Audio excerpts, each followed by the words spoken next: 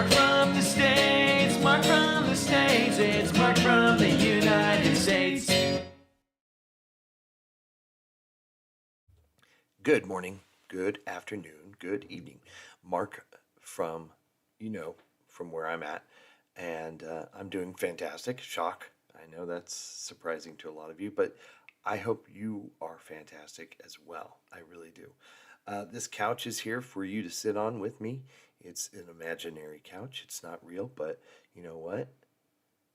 It's big. It's awesome. You can wear, eat, do whatever you want. So as you know, please come hang out with me today. We've been doing some music. Some great songs, great hymns, tunes, whatever.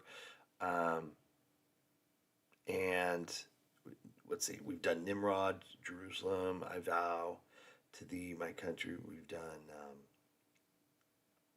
in the past, I know we've also done Land of Hope and Glory, Rule Britannia. We may even do those again, with different versions. A lot of people say, you know what, you got to see the ones at the proms. Last night at the prom. Yeah, I have. They're on the channel, most of them. Some version of one of the proms is on there. I'm sure of it. Those are amazing. That's why I chose not to do those this time around. And you can listen to those songs and it just makes you feel good, at least for me, And here's the thing. We did You'll Never Walk Alone. And a lot of people say, oh, you've got to see the Liverpool version with the fans at Liverpool singing. I guess it's tradition. They sing it all the time. Is it before or after the match? Not sure. Is it every match? I'm not sure. But it's a popular video. And a lot of reactors watch it. That's maybe why I haven't really done it. But I don't know. I'm going to today. But before we do, many of you had mentioned the Hillsborough tragedy, I guess. Something really bad happened. And so there's a connection here. And it may give the video of them singing it just a little bit more emotion. If I kind of see maybe why people sing it and what it means to them and all that stuff. So before we get into the video of Liverpool fans, we're going to watch this little video of what happened at Hillsborough and let's see what all the emotion is about. So let's get into it. Thanks for coming along. You guys are real special to me, so thank you. Before we start, go support the channels that we're watching today. Links will be in the description. It's really important that you do so. This is not my career, but this is theirs, right? So it's important that you go and support them. Also, tomorrow morning, it's 7 o'clock in the morning, my time. So 5 o'clock your time, I guess, roughly, in the afternoon, early evening, live stream. I think I have it all scheduled, ready to go. I even did a test today to make sure it worked.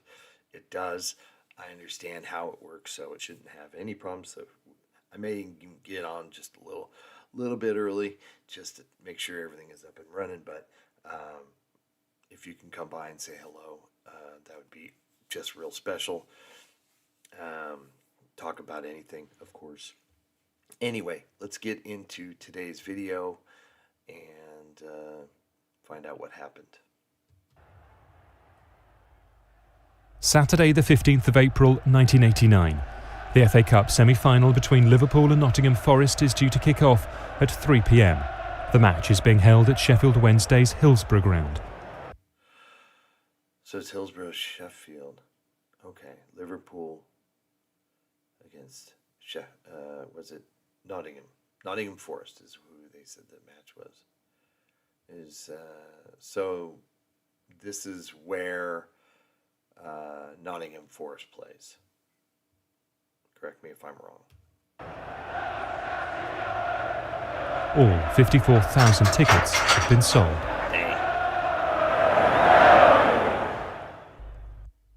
By noon on the day of the cup tie, a few fans have started to arrive. Liverpool supporters have been allocated the west end of the Hillsborough Stadium, so their route will keep them away from Nottingham Forest fans arriving from the south. This also means the Liverpool supporters will all have to pass through one entrance, Leppings Lane. 10,000 Liverpool supporters have tickets for the standing terraces. They will have to enter through just 7 turnstiles. By 2 p.m, a little over 2,000 have done so, meaning 8,000 are still to come in the hour before kick-off. After passing through the turnstiles, many fans go straight down the tunnel leading into the central pens behind the goal, pens 3 and 4. By 2:15, a crowd is starting to build outside the stadium. It increases rapidly over the next 15 minutes.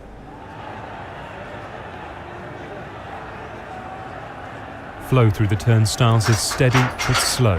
Inside, a loudspeaker message asks people on the terrace to move forwards and spread along sideways, but high fences divide the pens and gates between them are at the back, so the more full the pens become, the harder it is to switch. They have fences? So you're just standing. It's a foreign concept for me being an American sports fan, to go and just stand to watch a sporting event. Not to say that there isn't places like that here in the States, but it's not a common thing for a professional club, team, and their stadium to have just places where you just stand. Hence the stands, I guess. Why? They're called the stands, but why the fencing? Maybe on a normal game day, it's probably not a big deal. Obviously, it hadn't been a big deal up until this point. What made this match? So they were saying there was like 24,000 Liverpool supporters and 27,000. Is it Sheffield or Nottingham Forest? I don't. I'm confused, but that's irrelevant to the story here. But yeah, that is. I could, and if they're only coming that many people trying to come in through so little gates to enter, and then no assigned seating, they just can stand wherever they want, I'm assuming. That's wild. In the police control box, the man in charge of the match, Chief Superintendent David Duckenfield, and another officer discuss whether to delay the kick-off to give people more time to get into the ground. They decide against. Outside, supporters are pressing into the turnstiles and alongside a large exit gate called Gate C. By 2:45, 5,500 people have passed through the turnstiles, meaning there are still more than 4,000 fans with tickets for the terraces outside the ground. Thousands are now packed into the Leppings Lane bottleneck. Stationed outside, Superintendent Roger Marshall makes several requests for permission to open the exit gates to relieve the pressure. Inside the ground, the central pens are filling up. Chief Superintendent Duckenfield gives the order and Gate C is opened. More than 2,000 fans enter, many head into the packed pens 3 and 4. The gate remains open for about 5 minutes. During that time,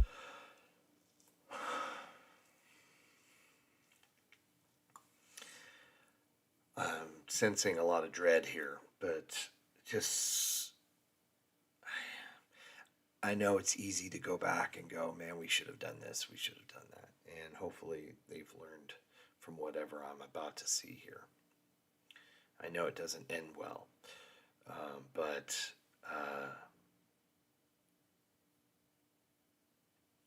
again, also just And this is 89 too, so 1989. So, things are different, obviously.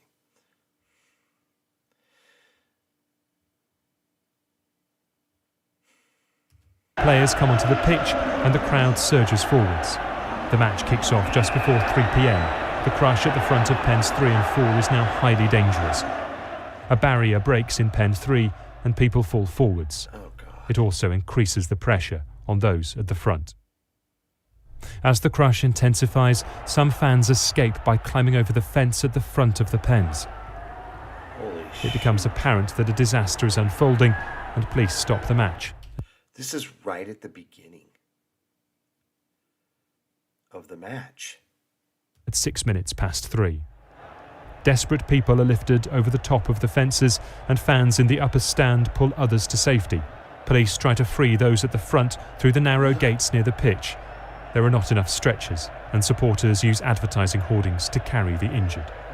The first ambulance arrives on the pitch at 14 minutes past 3, but many fans are already fatally injured. Oh my God.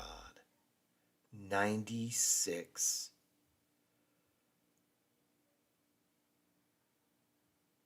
Oh.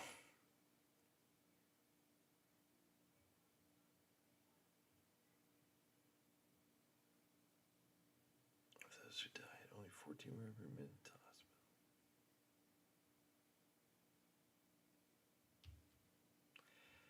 Ten years old.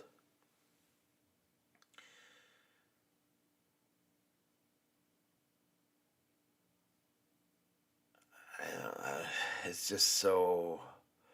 I've seen, I've heard of things like this happening before, and when there's a crowd rush, at a concert, something like that. It's just with all that fencing. My gosh.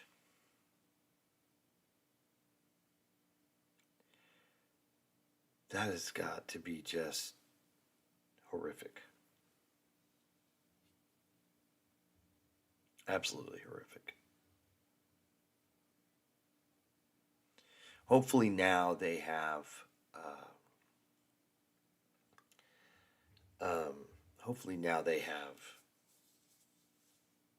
changed all of that, right? I mean, you'd like to think that improvements and better.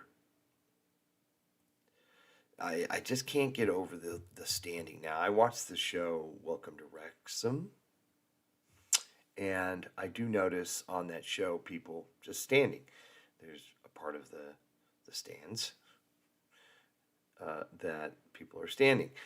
And I remember when I first saw that, when I started watching the show last year or the year before, I can't remember when I started, but you see that, and I'm like, huh. I just figured, because at the time they were just such a small club, it's like, easier, people just go in and stand. Because, like I said, it's a foreign concept for me. Even down to, the colleges. I'm sure there are places like it. I am not saying that's not something that's never,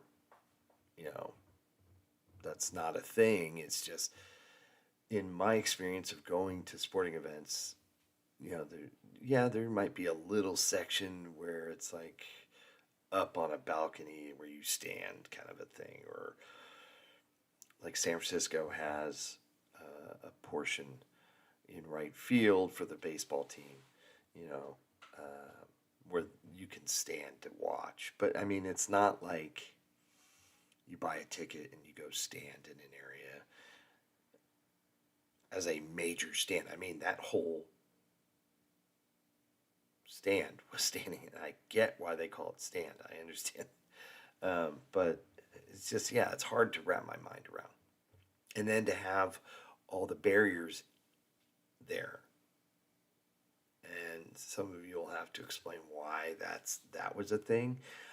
I understand the barriers, the fencing, to keep them off the field, because I know that's an issue, and that's not just an issue in England. That's, you know, all around the world. Football fans are very passionate. I understand that.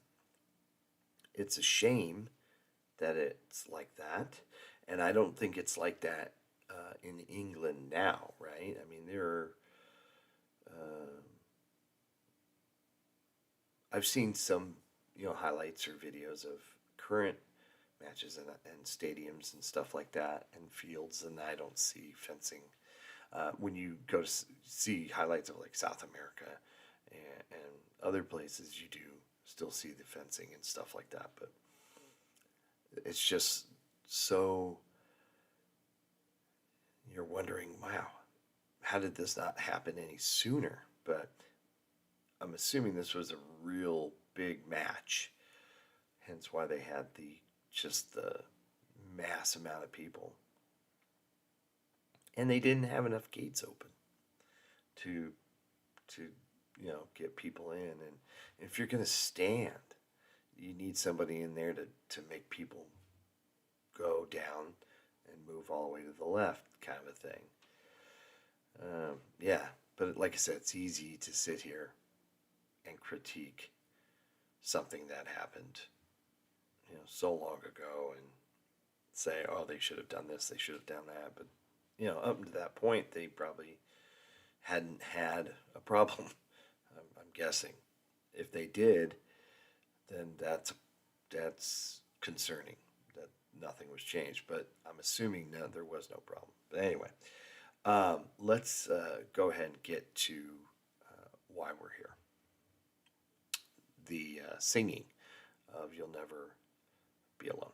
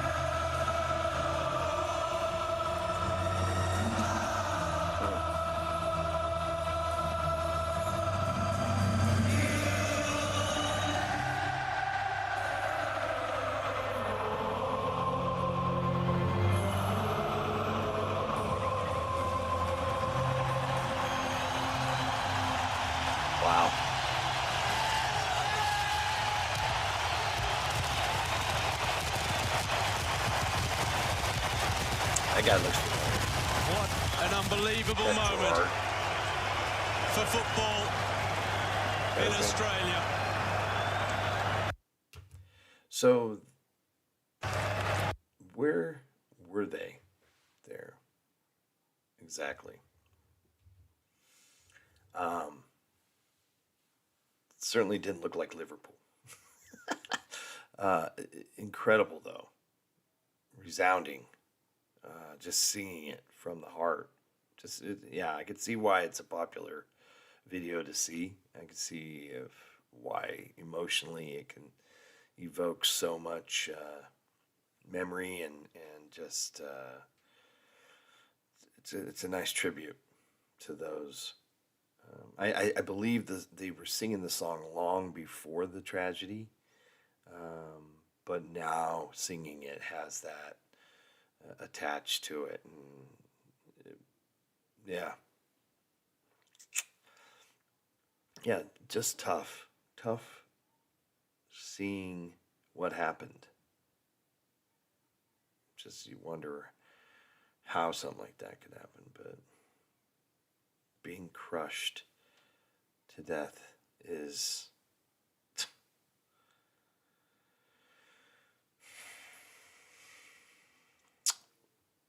well, thank you for coming and hanging out. Appreciate all of you. This is it's tough. It's tough to watch. It's tough to comprehend, and you just wonder and hope, I guess, that things are different. I hope, what I do hope is that everybody's happy, healthy, and safe. So thanks for coming along and watching this with me. Yeah, the song is great. It definitely is two different versions.